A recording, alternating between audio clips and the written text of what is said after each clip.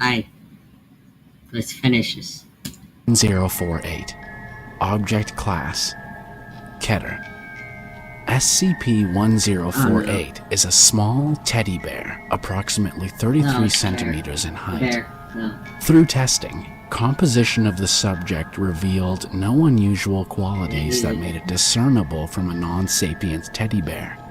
Subject is capable of moving of its own accord and can communicate through a small range of gestures. The subject regularly shows affection to individuals in ways found in by most people. Affection is usually given in the form of a hug to the lower leg, but subject has also been observed dancing, jumping in place, and in 2 separate events has even drawn childlike pictures for janitorial staff. However, 7 months after its first capture, random occurrences concluded that SCP-1048 could actually create non-identical duplicates of itself. Dr. Carver has suggested that SCP-1048 uses its endearing qualities to lull those around it into a false sense of security, allowing it to collect materials to produce these creations. The first incident mainly consisted of the discovery of SCP-1048 giving a tour to an almost identical copy of itself, although the material of the duplicate was fully formed with human ears. When staff attempted to recapture the 2 objects, the duplicate let out an ear-splitting, high-pitched cry, which caused when your friend severe tells you pain that in the eyes and ears of all Stranger Things Foundation ended personnel within a 5-meter distance. Every person afflicted with this symptom died within 3 minutes. This resulted in the death of 7 personnel, including the entire security team. Autopsies revealed the cause of death to be asphyxiation caused by an abundance of ear-like growths manifesting in the mouth and esophagi of all victims. The whereabouts of SCP-1048 and its clones are currently unknown, though are still believed to be somewhere in Site-24.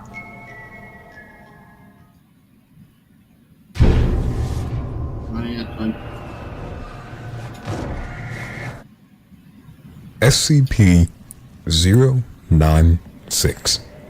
Object Class Euclid.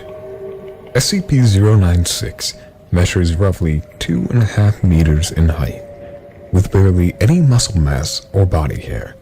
Its limbs are completely out of proportion to its body, each arm measuring at a length of 1.5 meters.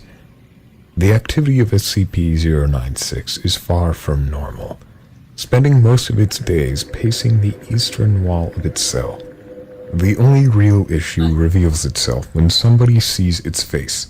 From this point onwards, SCP-096 will become severely emotionally distressed, covering its face with its sickly, twisted arms whilst crying, screaming, and even babbling.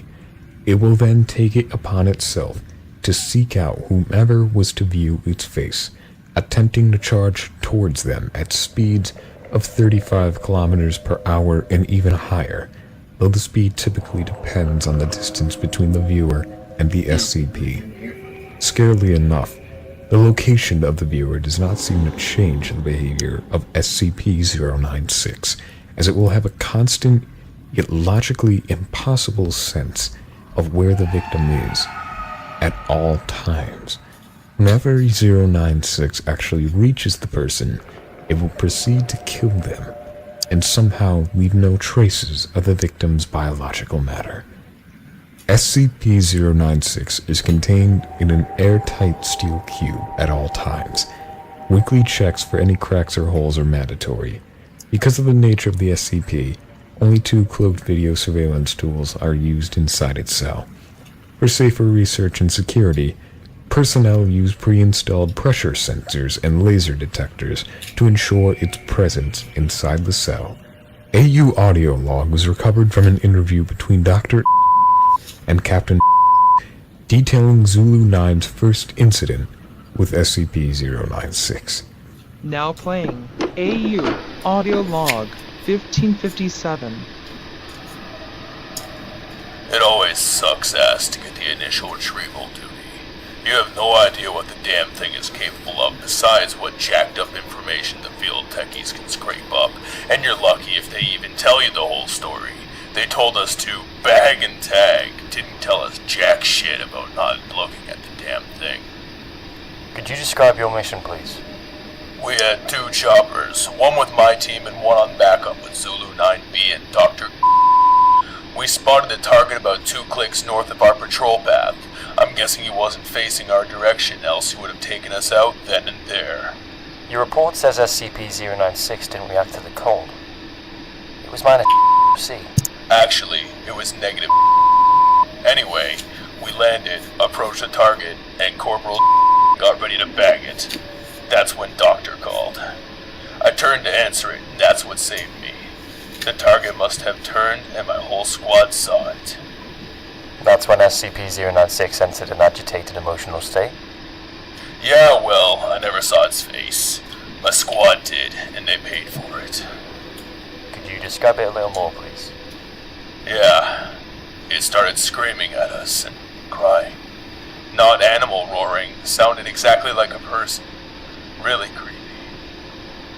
We started firing and it picked up Corporal and ripped off his leg. We were blowing chunks out of the target, round after round. Didn't do jack shit. And that's when you ordered the use of an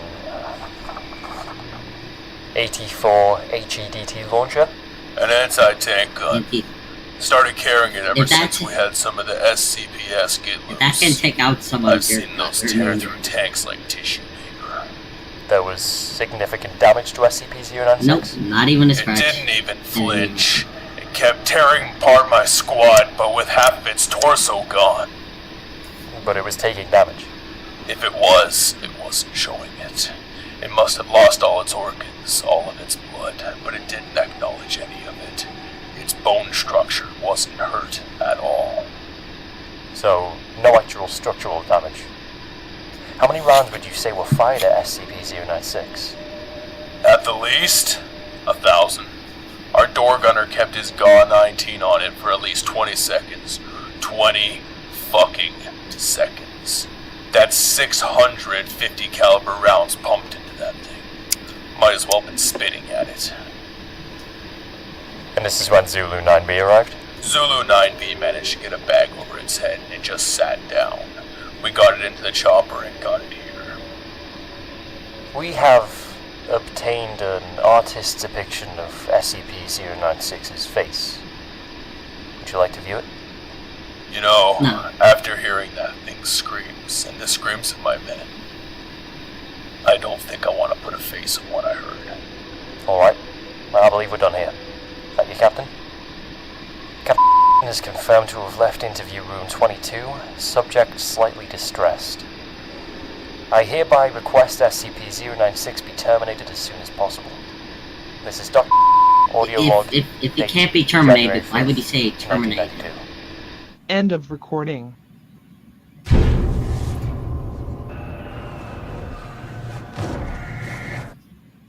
SCP-173. Object Class Euclid. Probably one of the most popular SCP monsters, SCP-173 is a humanoid statue made from concrete and other rock material, with discoloration in the face region. As innocent as the object class makes this monster sound, the capabilities of the statue are unfathomable. Looking away for a split second, even when blinking, will mean that this statue is free to move. When chamber inspections or maintenance takes place, no less than 3 members of staff can be in the room and must alert one another before blinking to reduce the risk of having their necks broken.